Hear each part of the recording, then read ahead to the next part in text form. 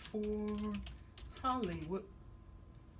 Soylent Green is people. Oh, hello there. I am Stan the Movie Man, and this is my review of Doctor Strange. It stars Benedict Cumberbatch, Chiwetel Ejiofor, Rachel McAdams, Benedict Wong, Mads Mikkelsen, Tilda Swinton, and many, many more. It is the story of a brilliant neurosurgeon by the name of Dr. Stephen Strange, played by Benedict Cumberbatch. He is brilliant, but he's arrogant.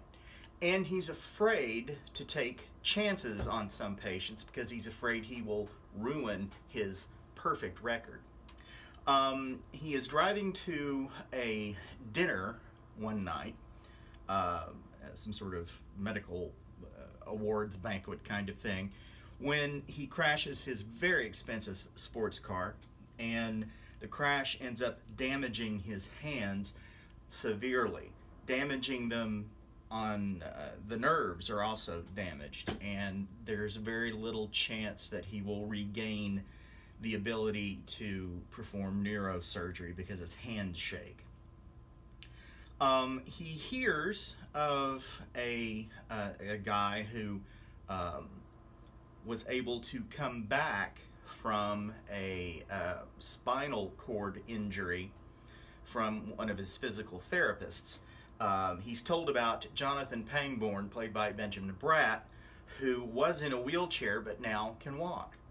He finds Pangborn and discovers that he went to a place in Tibet and trained with spiritual leaders and was able to force his body to heal itself.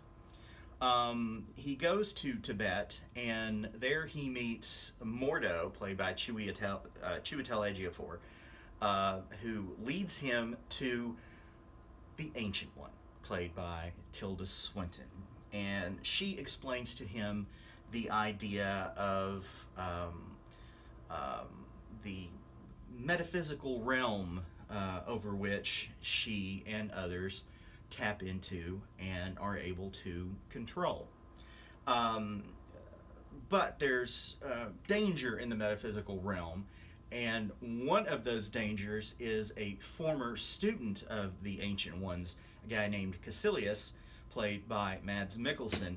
He is trying to access a power within the metaphysical realm that could end up destroying the entire planet.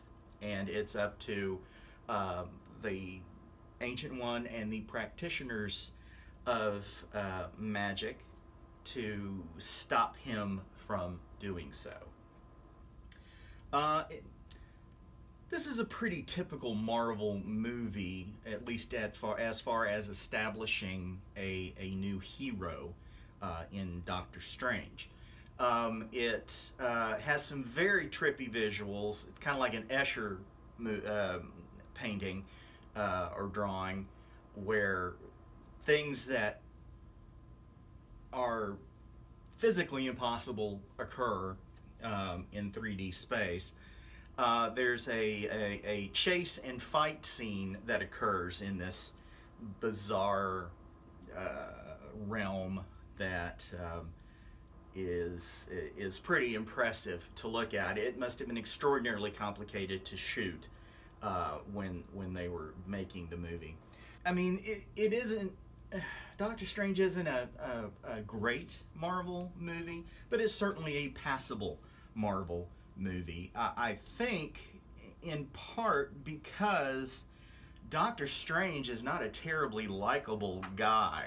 Especially after the accident, he is quite cruel towards Christine Palmer, the closest thing he has to a personal relationship. She's played by Rachel McAdams.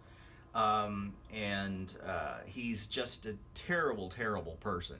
Of course, the idea behind his transformation into the master of the mystical arts is that he discovers himself and learns about himself and becomes a better person. Not really much of a spoiler to say that's what happens. Visually, it's an impressive movie. The story didn't exactly, engage me, although I was curious to see what would happen next. And there are two post-credit scenes. One is in the middle of the credits, and the other one comes at the very end. So remember that. It always annoys me at Marvel movies when people get up when the credits start. Also, I saw it in IMAX 3D, and I'm not sure it was worth the extra money. Certainly, it is.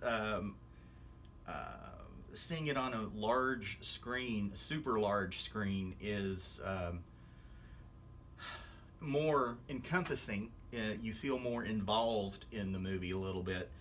But as far as the extra expense, I can't say that it was really worth the extra money to see it in IMAX 3D. If that is an option for you and you just feel like you have to, by all means go ahead. But it really, the 3D conversion doesn't really pop off the screen. So I would suggest seeing it in 2D, simply because it isn't worth the extra money for the extra dimension. So that would be my suggestion. But overall, while it doesn't have the emotional punch of, say, Winter Soldier, or even the first Iron Man movie, Doctor Strange does establish a new universe, let's say, of the Marvel Cinematic Universe. And I think it's a nice kickoff for this character. I'm giving Doctor Strange 4 stars. Go to StanTheMovieMan.com to read my complete review. Follow me on Twitter @MovieManStan, and send your emails to me, StanTheMovieMan @Comcast.net. Till next time, toodles.